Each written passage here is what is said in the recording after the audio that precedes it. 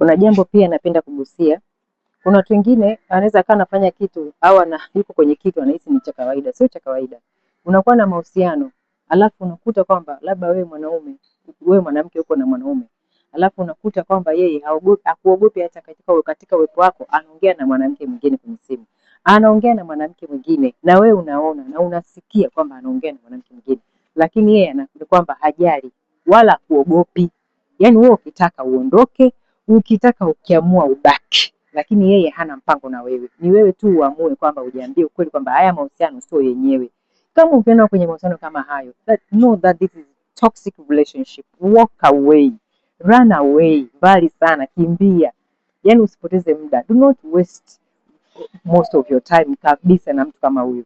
Ukiona tu, yaani usijiambie, usianze kujipa moyo, eti nitamtengeneza, eti nitambadilisha. Maana mna hiyo tabia kwamba ngoja tu nitambadilisha kwa sababu hakuna mtu, nobody is perfect. Hakuna mtu aliyokamilika. Kila mtu ana matatizo na kasoro. Huyu nitambadilisha. Hapana, hiyo ni dharau ya hali ya juu. Yaani that is pro max. Hiyo dharau ya juu kabisa. Yaani ukiona huo kwenye hayo mahusiano ondoka. Hayo sio ya kwako. Labda atampata mwingine ambaye atakuwa amempenda ukweli na atakuwa na hofu naye na ataweza kumheshimu kwa sababu ni heshima. Na ukiona mwanaume anafanya hivyo, jua tu kwamba wewe hauko kwenye listi yake, haupo kwenye ndoto zake, haupo. Yaani wewe ondoka. Unajaribu kuandika ndoto ambazo yeye haupo kwenye ndoto zake.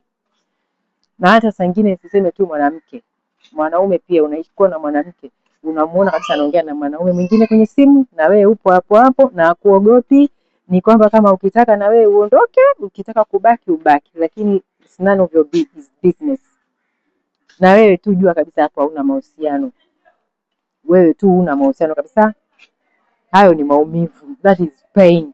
Na hayo maumivu hayataisha mpaka uamue kuacha, uamue kuondoka, uamue kujiambia ukweli na uondoke. Tell yourself the truth and walk away. Ukiona mahusiano kama hayo, tell yourself the truth and walk away. That is not a relationship, it's a toxic one. Ni ukweli. Ukweli ni mchungu, lakini lazima niseme kwamba mtu hata akuheshimu, unategemea wewe mnajenga mahusiano gani? Mnategemea mnajenga mahusiano gani? Hawezi kujenga chochote na wewe kwa sababu hauko kwenye kitabu chake, andiki story yake na wewe. Inawezekana bado hajaamua kusettle. Usilazimishe. Usiseme utambadilisha eti sijui atachange. Hapana. Ni wewe tu uamue kubadilika, uchange. Okay. Change kwenye mahusiano yako uondoke. Yeah, it's true. Inabidi tu ujiambie ukweli saa nyingine. Na usisubiri kulia ukaanza kuumizwa bure mapema.